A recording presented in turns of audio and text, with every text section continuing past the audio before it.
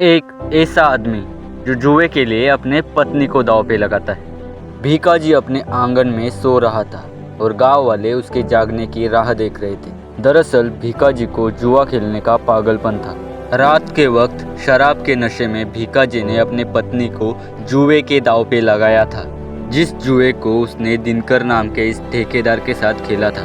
और उस जुए में वो अपनी पत्नी को हार जाता है। पर सुबह उठने के बाद भीका जी को उस बारे में कुछ भी याद नहीं रहता कि कल रात उसने क्या कांड किया था। ठेकेदार उन सबको एक बॉन्ड पेपर दिखाता है जिसमें भीका और उसने पत्ते खेलते वक्त एक करार किया था।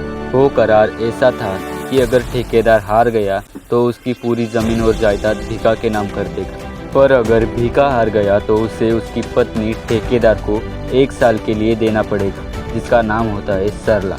जब गांव वाले इस करार को देखते हैं तो वो ठेकेदार को बोलते हैं कि ये गलत है, वो अपनी पत्नी तुझे कैसे दे सकता है।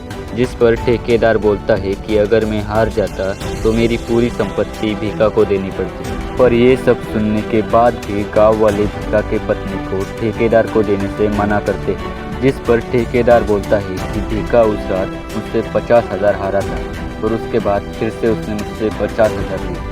अगर उसने 10 दिन के अंदर मुझे 1 लाख रुपए नहीं लौटाए तो अगले दिन मैं उसके पत्नी को अपने साथ लेके जाऊंगा।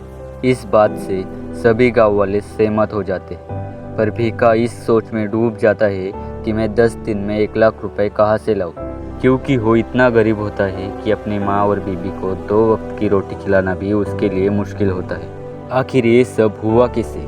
ये सब जानने के लिए हमें फ्लैशबैक में जाना होगा।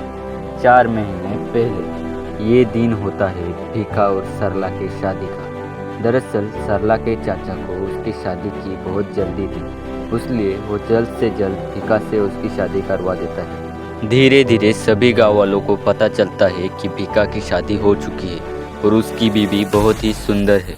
ये होता है सोनिया, जो बहुत ही पढ़ा लिखा होता है और दवाइयाँ बेचने का काम करता है। ये होता है दिनकर, जिसे सभी लोग ठेकेदार बोलते हैं। दरअसल ये रोड के काम करता था, पर खुद के दम पर नहीं बल्कि अपने ससुर के दम पर, क्योंकि उसका ससुर बहुत ही अमीर होता है और उस वजह से ये भी बहुत अमीर हो जाता है। ये होता है मामा और ये झाब्या, जो ठेकेदार के पास काम करते थे। ये होता है बाब्या, भीका का जिगरी दोस्त, और ये होता है साहूकार, जो लोगों को ब्याज पर पैसा देता था और बाब्या उसी के पास काम करता है। ये होता है इस गाँव का मुकादम, जो लोगों को काम देता था, जैसे कि ऊस तोड़ने का काम या खेती के कोई और काम। तो चलो स्टोरी की तरफ मुड़ते हैं। जब बाब्या साहूकार के यहाँ काम करने जाता है तब बात करते करते साहूकार उससे पूछता है कि भीके की शादी कैसे हुई। वो तो गरीब है और दिखने में भी अच्छा नहीं, तो उसे लड़की कैसे मिली। जिस पर बाब्या बोलता है कि उसकी बीवी बहुत ही सुंदर है। वो उसका ऐसा वर्णन करता है कि साहूकार वो सुनते ही उसके प्यार में पड़ जाता है। उसके बाद जब बाब्या भीका से मिलने जाता है तो वो उसे बताता है कि ठेकेदार को नया काम मिला है और उसे कामगारों की ज़रूरत है। ये सब सुनने के बाद भीका अपने पत्नी के साथ वहाँ काम करने को जाने के बारे में सोचता है और अगले ही दिन भीका और सरला ठेकेदार के यहाँ काम करने जाते हैं। वहाँ पर जब ठेकेदार सरला को देखता है तो उसे देखते ही रह जाता है, जिससे हमें पता चलता है कि ठेकेदार की उस पर बुरी नज़र होती है। जब भीका और उसकी पत्नी घर जाते हैं तो भीका देखता है कि उसके हाथ पर फोड़ आ चुके हैं। भीका उसे बोलता है कि तुम इतनी सुंदर हो कि तुम्हें कोई भी लड़का मिल जाता, पर तुमने मुझसे शादी की। न मेरे पास अच्छा घर है, न ही पैसा। मुझे डर है कि कोई तुम्हें मुझसे दूर ना कर दे। सरला उसे बोलती है कि ऐसा कुछ नहीं होगा, तुम्हारा प्यार ही मेरे लिए सब कुछ है। अगले दिन जब सरला पानी भरने के लिए जा रही होती है तभी उस रास्ते में सोनिया अपने दोस्त के फ़ोटो निकाल रहा होता है। जब उसकी नज़र सरला पर पड़ती है तो वो सरला के भी फ़ोटो निकालने लगता है और उसके बाद सरला के पास जाता है। सरला उसे इग्नोर कर आगे निकल जाती है। उसके बाद सोनिया और उसका दोस्त मुकादम को दवाई देने जाते हैं। सोनिया मुकादम को सरला का फ़ोटो दिखाता है और उसका फ़ोटो देखते ही मुकादम उसके प्यार में पड़ जाता है, क्योंकि उसकी अभी तक शादी नहीं हुई थी। उधर साहूकार को अपना वाड़ा साफ करना था, इसलिए वो बाब्या को बोलता है कि तुम ये बात भीके और उसकी पत्नी को बताओ। इस काम के मैं उन लोगों को पहले से ज़्यादा पैसे दूंगा। ठेकेदार भीका से मिलता है और उसे बोलता है कि मुझे ऊस तोड़ी के लिए कुछ कामगारों की ज़रूरत है। अगर तुम और सरला इस काम को करोगे तो मैं तुम्हें इस काम के पहले से ज़्यादा पैसे दूंगा। पर भीका उसे मना कर देता है। उसके बाद भीका और सरला साहूकार का वाड़ा साफ करने जाते हैं। भीका ऊपर का माला साफ करता है और सरला नीचे का माला साफ करने लगती है। पर साहूकार की नज़र तो कहीं और ही होती है। वाड़ा साफ होने के बाद भीका और सरला साहूकार से पैसे लेकर घर निकल जाते हैं। वहाँ से आने के बाद से भीका बहुत ही अपसेट होता है। सरला उससे पूछती है कि क्या हुआ, तुम इतने अपसेट क्यों हो। भीका उसे बताता है कि जो वाड़ा हम साफ करने गए थे वो वाड़ा पहले हमारा था, पर मेरे बाप को तमाशा देखने का शौक था और उस चक्कर में उसने उस वाड़े को बेच दिया और फिर उस तमाशा करने वाली बाई के साथ भाग गया।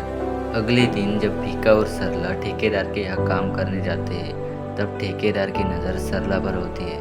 जब ठेकेदार को सरला अकेली मिलती है तब वो उसके साथ ज़बरदस्ती करने लगता है। तभी सरला उसके कान के नीचे बजाती है। ठेकेदार उसके मामा को बताता है कि मुझे सरला पसंद है और कुछ भी करके मुझे वो चाहिए। मामा उसे प्लान बताता है कि हम भीका को जुए में फंसाकर उसके पत्नी को हत्या लेंगे। प्रेजेंट में भीका पैसे के लिए उसके दोस्त इस्माइल के पास जाता है पर वो उसे मना कर देता है। फिर भीका सरला के साथ साहूकार के पास जाता है पैसे मांगने के लिए। तब साहूकार बोलता है कि पैसे दूंगा पर उसके बदले जब तक तू पैसे नहीं लौटाता तब तक तुम्हारी बीबी मेरे पास रखनी होगी। उधर बाबा सोने को इस बारे में बताता है। धीरे धीरे ये बात पूरे गांव में फैल जाती है कि भीका के बीबी पर लोग गोली लगा रहे हैं। तब इस्माइल भीका के पास आता है और उसे पैसे देने के लिए तैयार हो जाता है, पर इसके बदले वो भीका से बॉन्ड पेपर मांगता है जैसा उसने ठेकेदार को दिया था। उसके बाद भीका मुकादम से मिलता है पर उसकी भी वही मांग होती है। दूसरी तरफ आमदार एक लड़की के साथ रंग रंगोलियाँ बना रहा होता है। तभी निकम का आमदार को फ़ोन आता है और वो बोलता है कि अभी के अभी उस होटल से निकलो क्योंकि उस होटल में रिपोर्टर दुर्गा काली आई होती है। इस मदद के बदले निकम आमदार भैया को बोलता है कि मुझे एक औरत चाहिए पर वो औरत गाँव की होनी चाहिए। तभी भैया का ड्राइवर उसे सरला के बारे में बताता है। दूसरे दिन भैया भीका को उसके ऑफिस में बुलाता है और उसके पास सरला की मांग करता है। उसके बाद भीका पुलिस स्टेशन जाकर कंप्लेंट लिखवाता है। अगले दिन जब भीका और सरला रोड का काम करने जा रहे होते हैं तभी वहाँ पर रिपोर्टिंग करने के लिए दुर्गा काली आई होती है। भीका उसे उस बारे में बताता है कि उस दिन वो अपने पैसे लेने के लिए ठेकेदार के पास गया था। तभी ठेकेदार वहाँ पर पत्ते खेल रहा था। तभी एक आदमी भीका को उसके साथ पत्ते खेलने को बोलता है, इसलिए वो ठेकेदार के साथ पत्ते खेलने लगता है। तभी वो आदमी भीका को शराब पिलाता है। शराब के नशे में भीका ठेकेदार से पत्ते खेलने के लिए कुछ पैसे मांगता है पर वो पैसे भी भीका हार जाता है। तभी ठेकेदार उसकी पूरी जायदाद दाव पर लगाता है और भीका को उसके पत्नी को दाव पर लगाने को बोलता है और उसे सपने दिखाता है कि अगर तू जीत गया तो तू बहुत अमीर हो जाएगा। इस लालच की वजह से भीका उसके साथ दाव खेलता है और इस दाव में भीका हार जाता है। ये सब सुनने के बाद दुर्गा सरला का इंटरव्यू लेती है। ये बात निकम को पता चलती है और सरला उन सभी लोगों का शाम को नाम बताने वाली होती जिन्होंने उस पर बोली लगाई थी। निकम भैया को फ़ोन करके इस मैटर को शाम होने से पहले ख़त्म करने को बोलता है। भैया तुरंत भीका को बुलाता है और उसे पैसे देकर बोलता है इसमें मेरा नाम नहीं आना चाहिए। जब शाम को सरला को उन लोगों के नाम पूछे जाते हैं तब वो आमदार को छोड़कर सभी लोगों का नाम बताती है। पुलिस उन सभी को बहुत मारती है और उन सबको बोलती है कि तुमने भीका को 5 गुना ज़्यादा कीमत देनी होगी। वो सभी लोग भीका को 5 गुना पैसे देते हैं। वहाँ सरला और भीका उन पैसों को गिन रहे होते हैं और ये सब 1 कोटी रुपए होते हैं। दरअसल जब मामा ठेकेदार से सरला के बारे में बोल रहा था तब ये सब बात सरला सुन लेती है और घर जाकर भीका को बताती है और फिर वो दोनों मिलकर इन सबको लूटने का प्लान बनाते हैं।